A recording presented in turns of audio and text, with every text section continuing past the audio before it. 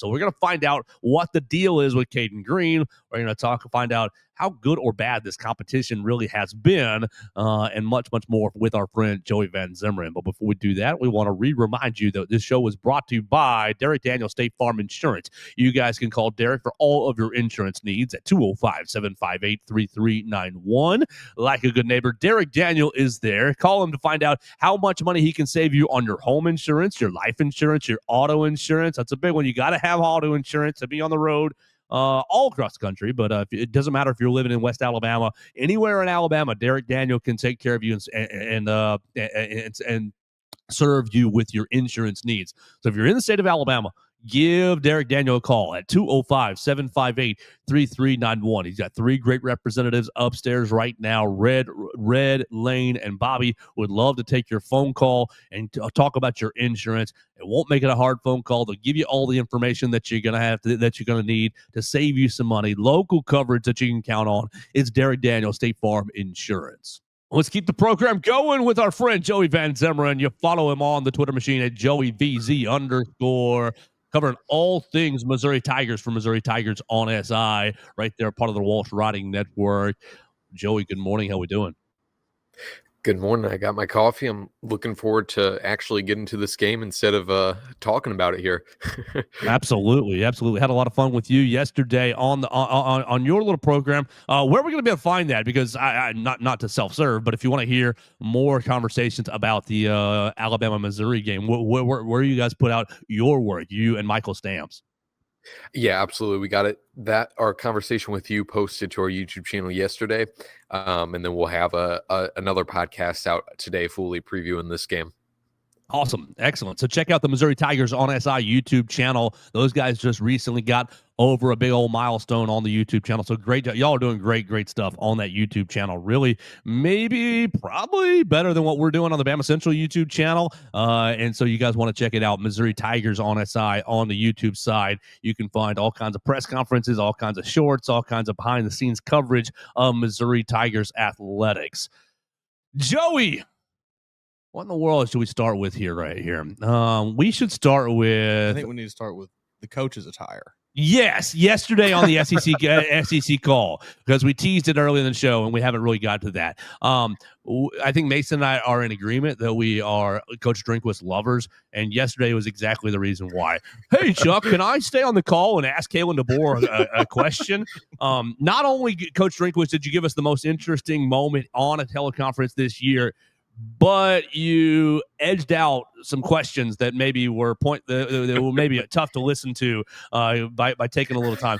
And what was your reaction to Coach Drinkwitz hanging around, not hanging around, 5 more minutes? So it wasn't like you wasted a lot of his day. Right. 5 more minutes, and asking Coach DeBoer, are you going to wear the black hoodie of death on the sideline?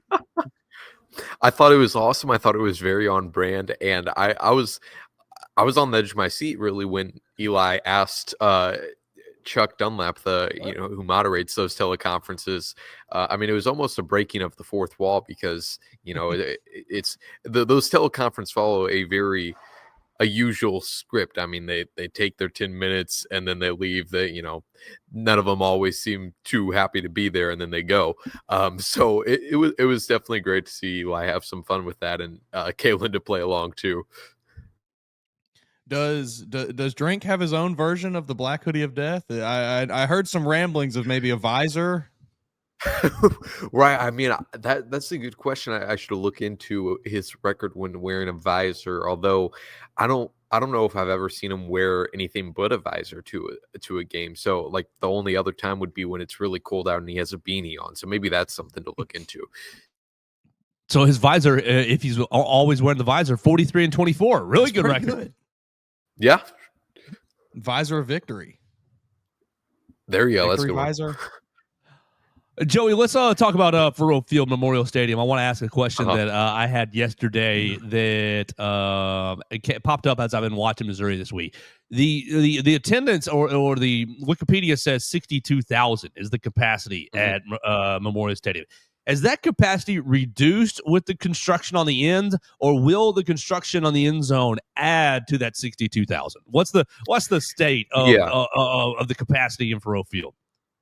So I can't remember the official number, but I know for this season where they have, I mean, the whole seating behind the north end zone is gone. So I think it's down 2,000 or so this year. I think it's around 60,000 or just below it. And then once the construction is done, they don't have the official number for that yet, but I think it's going to be Sure. an additional 1,000 to that 62,000 that you mentioned. So like 63, 64,000. It was interesting hearing athletics director Laird Veach talk about it in the summer. He had a press conference in mid-August on the middle of the field when it was 110 degrees. So that was pretty brutal. But he was the goal of the project was not necessarily to add a bunch of seats. It was to, I mean, if in college football these days, you got to serve your the people with the biggest pockets. Not to say they don't care about the rest of their fans, but there's a lot of suites, there's a lot of premium seating that they're added, but it's not necessarily a whole bunch of general seats. Okay, so the attendance on Saturday is not going to be much different from the 62. It might be 60, it might be 61. But that Right. I just saw a big vastness down in that end zone. I'm like, well, I guess that's going to just be, where Alabama needs to drive their offense out the entire day. Sure. I mean, that's a good point. The one thing about it, though, that I think you'll really see next season once the construction is complete is that, but you can already hear it this year, is because they have that area enclosed now, it's a lot louder. It's echoing off, where as before with the stadium, they had that hill there for general admission standing, and that it wasn't guarding it off too well. And there was a lot of open space, like just out to the road. So it's already making an impact with that. It's gonna be a lot louder on Saturday as the constructions are bang, bang, bang. They're gonna Eli's got the crew out there with a jackhammer, right there. And only when Alabama has the ball can you guys work. That'd be a good idea. They've done it. They've worked every hour up until the gates open, but maybe for this game they pull out all the stops. All right, I want to take us into the actual game here, and a lot of people are talking about Ahmad Hardy, and we will get to Ahmad Hardy. I think he's the best running back in the SEC. I think a lot of people think he's the best running back in the SEC. But I want to start with Beau Pribula.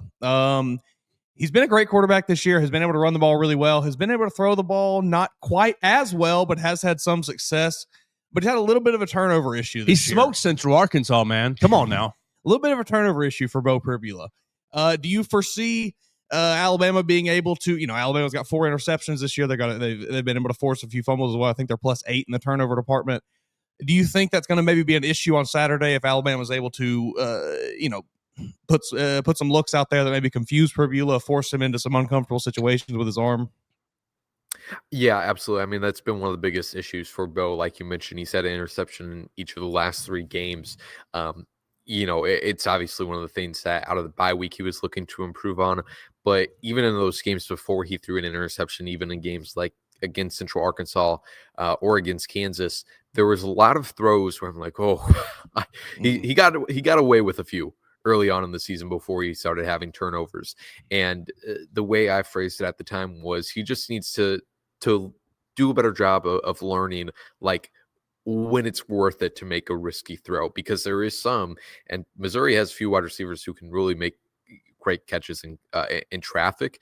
And so he definitely got saved a few times by that. And because of that, I think it is worth it to take a few more of those chances. But it's been the decision making, but it's also been what Eli Drinkwitz has highlighted quite a bit with Pribula, of stepping up too far in the pocket and getting antsy at the first sign of pressure. And I think what plays into that is Missouri's offensive line and pass protection hasn't been too consistent, especially early on in the season. And so I think that kind of trains you to be a little nervous in the pocket. You're looking down when you should be looking at the play progressing. And so the interception that Beau had against UMass 2 weeks ago, where it looks like a awful throw if you don't see that Beau's hand gets tipped by a defensive lineman, and that really sails the ball straight downward. I still question the decision because I don't think the guy who was going to throw it to was open. But anyways, that's neither here or there. But the thing on that play too was he steps up too far in the pocket when he doesn't need to. So it comes down to better decision making, knowing when to make risks, but then also being calmer isn't the right word, but being smart in the pocket. How much do you think that Eli trusts Bo Pribula to throw the football not into traffic, but to read a defense and hey, it's 2nd and 10, or it's a passing situation. I'm going to call a concept, and Bo's going to be able to execute it. I think Eli and this coaching staff does trust Bo.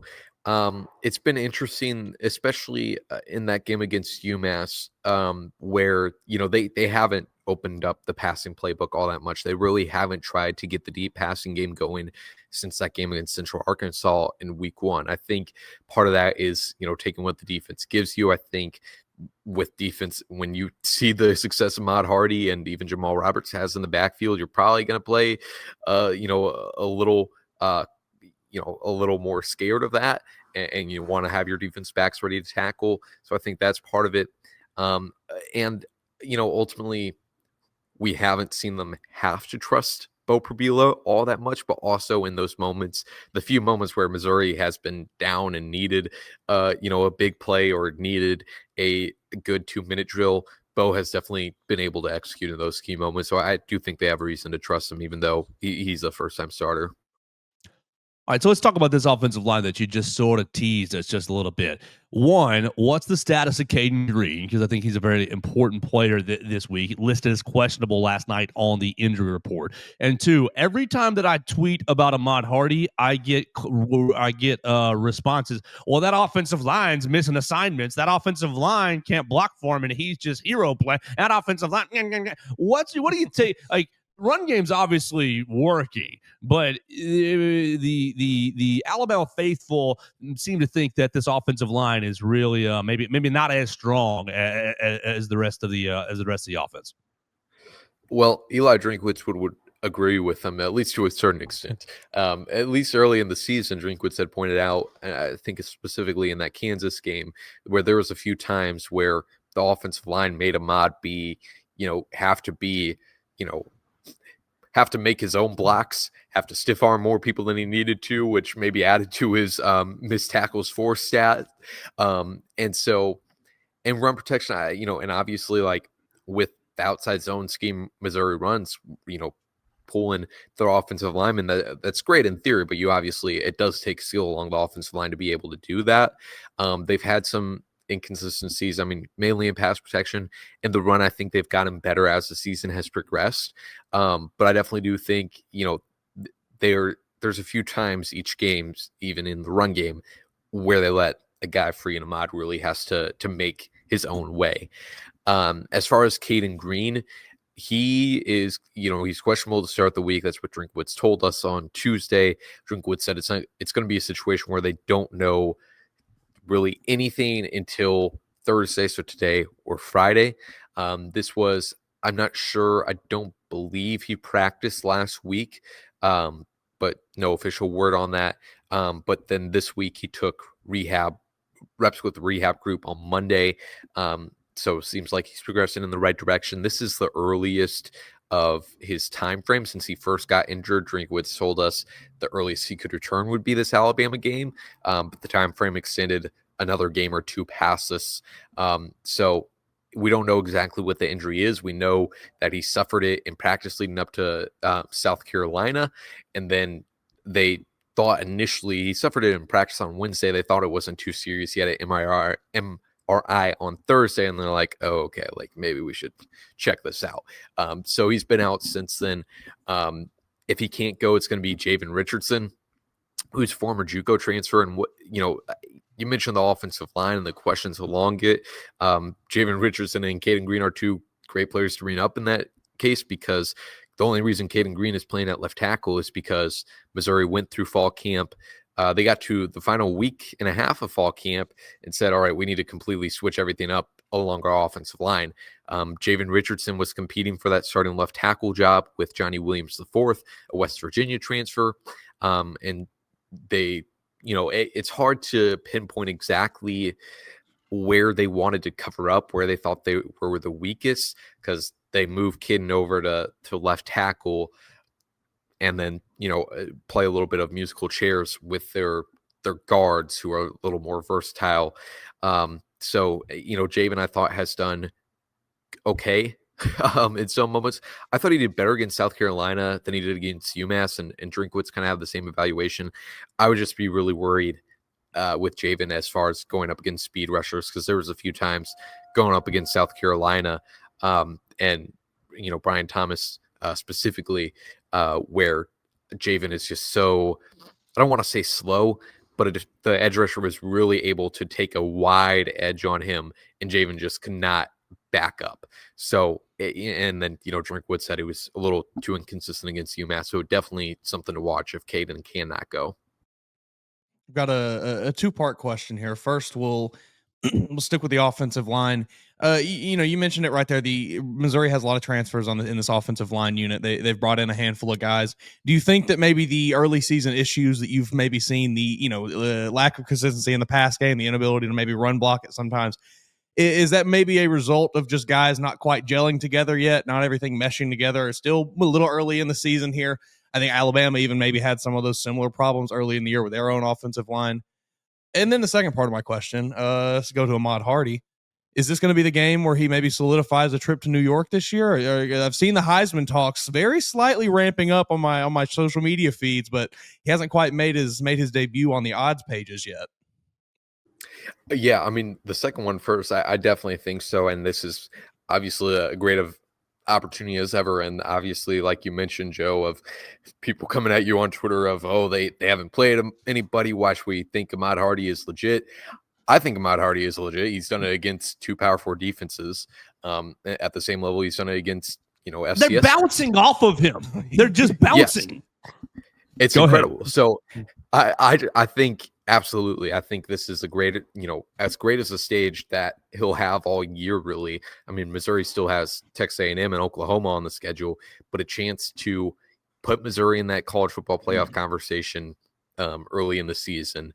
And, it's not like Alabama is some feisty run defense, but at the very least to do it against the, one of the biggest brands in college football, a top 10 team would be huge.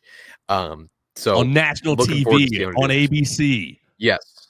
Yeah, exactly. And I think really Ahmad's story, I think people would really, as Ahmad if he continues to have the season he has so far, people really kind of fall in love with Ahmad Hardy's story to go from, and I think it's one of the great things of the transfer portal, to go from ULM, he does great there, has a great freshman season there, and then transfers to the SEC and does the exact same thing. So I agree with that, Mason. With offensive line, I definitely agree with you there as well, as far as gelling together. They kept on telling us in the first few weeks of the season where they had a lot more issues in pass protection. But overall, as a whole, too, of that communication was the issue between the offensive line. And so it's the transfers. They have two transfers along the offensive line. And compared to last year, they only have one starter who's in the same place, and that's Connor Tollison at center. And Connor Tollison is coming off a season-ending knee injury from last year. I think Connor's been good, and he's been, he's the lead communicator on that offensive line. I think if you're going to return any starter along your offensive line, you would want to be at either center or left tackle. So then they move Caden to left tackle. They have a transfer, Dominic Giudice, at left guard. He's coming over from Michigan, and he has experience. He's in his fourth or fifth year, but it's not like he started a whole bunch at Michigan, Giudice.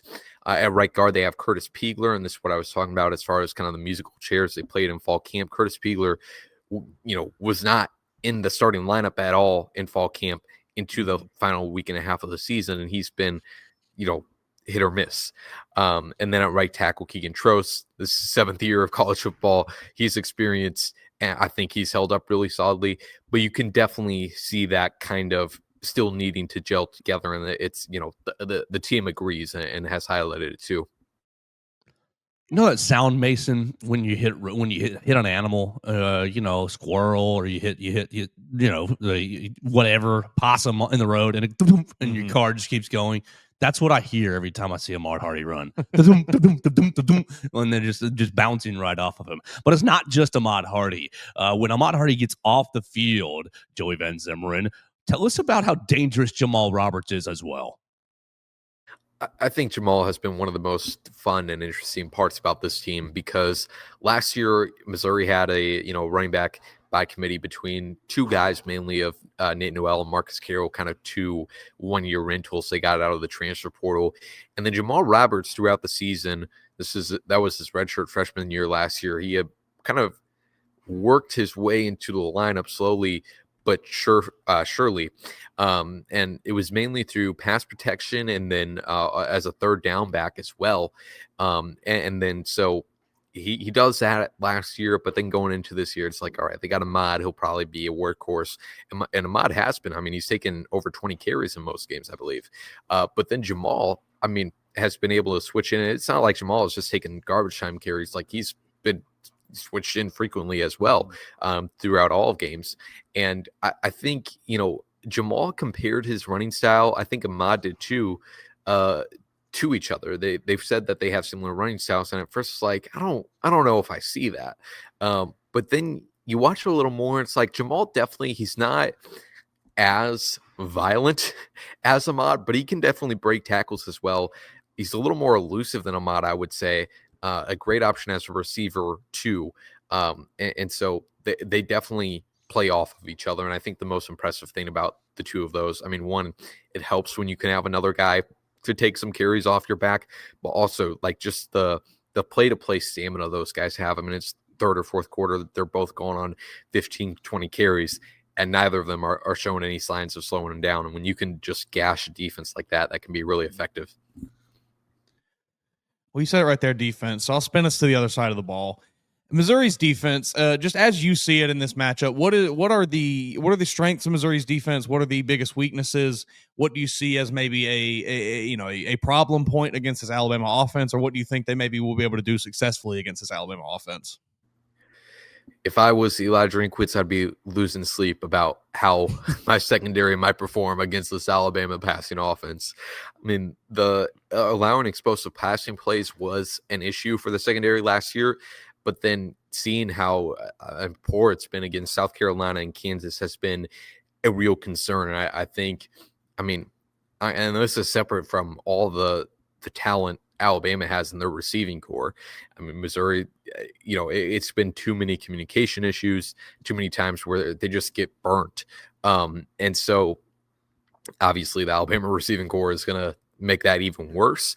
They've talked about it. It's been, something they've talked about since that Kansas game. I don't know if I've ever seen Eli Drinkwitz be more honest on an issue than he has been with the past secondary issues. The run defense is, at least for now, the number one in the country. They haven't played, great teams, and that's skewing their statistics. But I definitely do think there is some legitimate factors to that. I think Josiah Trotter, a West Virginia transfer, the Big 12 Freshman of the Year, has played a huge part in that. I mean, he's 240 pounds. Does he want to transfer to Alabama next year? Can we have him? Keep going. I mean, just great. You were talking to us yesterday, Joe, about as far as the vision that the Alabama linebackers kind of lack. He definitely has that. He knows what gaps to fill, and he's just a really physical hitter. I think Josiah has been the most important piece of arguably the whole defense as a whole, but especially with what Missouri has been able to do to stop the run. Yeah, I really want to keep going on the defensive side of the football with Missouri. People have just hammered. Well, they ain't played nobody.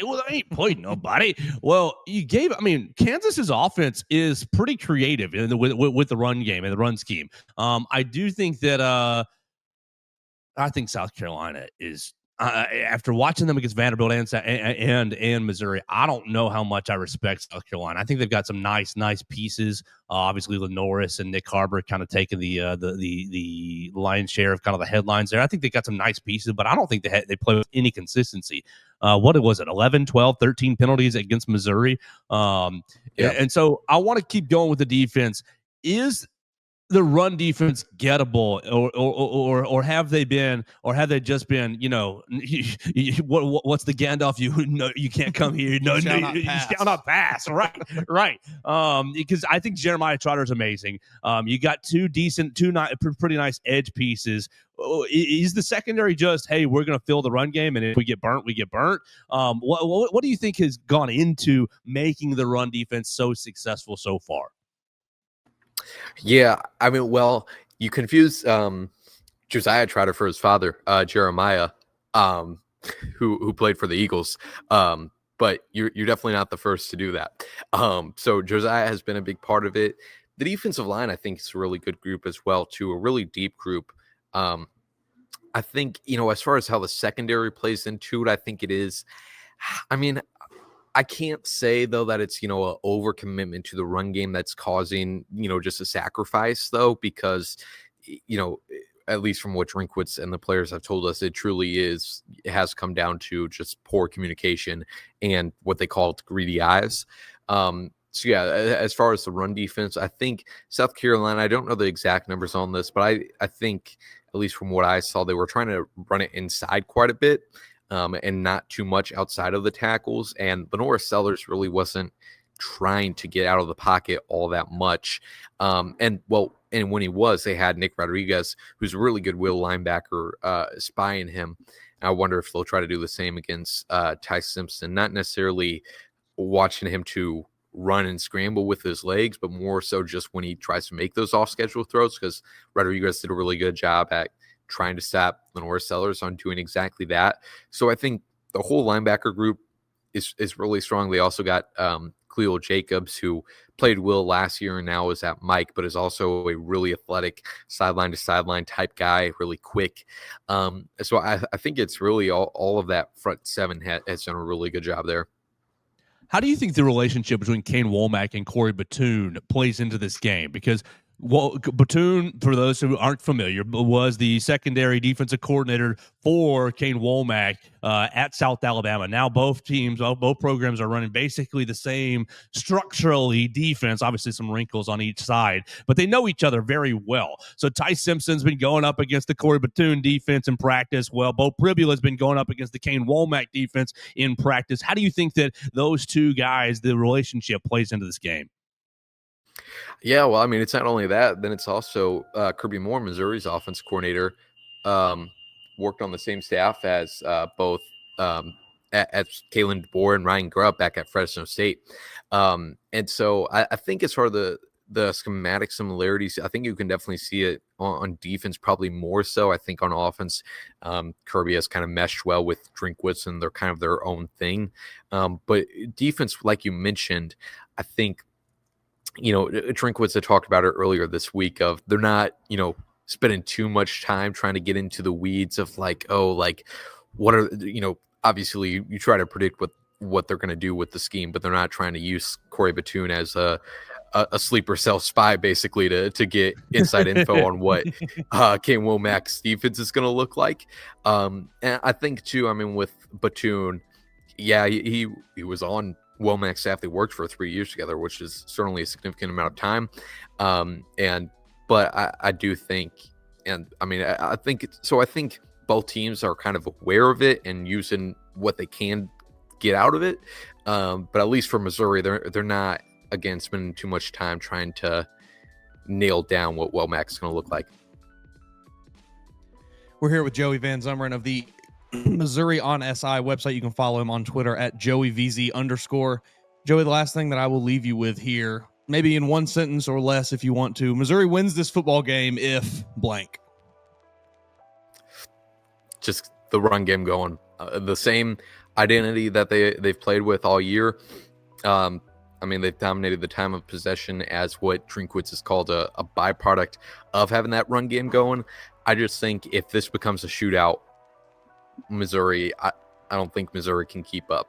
So they got to limit the possessions of the Alabama offense, and you do that by having the run game being really effective and having those long drives, and also limiting those turnovers.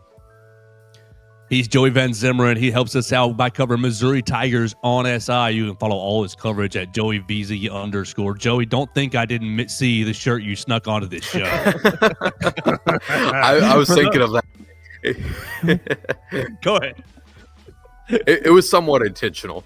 Yeah, that's okay. That's okay. I appreciate it very much. Joey covers Missouri. He dabbles in some NFL coverage as well with the Green Bay Packers and several other different spots on the On SI network. So we appreciate his time. Joey, go have a great day. We're going to see you up on Saturday. We'll send Katie Wyndham. We'll send Hunter DeCiver and Will Miller to come say hello. Absolutely. Thank you, guys. Absolutely. Thanks for joining us. That's Joey Van Zummeren joining us from Missouri Tigers on SI. Thanks for joining us on today's edition of the Joe Gaither Show on BamaCentral. Keep up with Joe on all his social media pages at Joe Gaither 6. Subscribe, rate, and review the show on Spotify and Apple Podcasts, and be sure to read us daily at BamaCentral.com.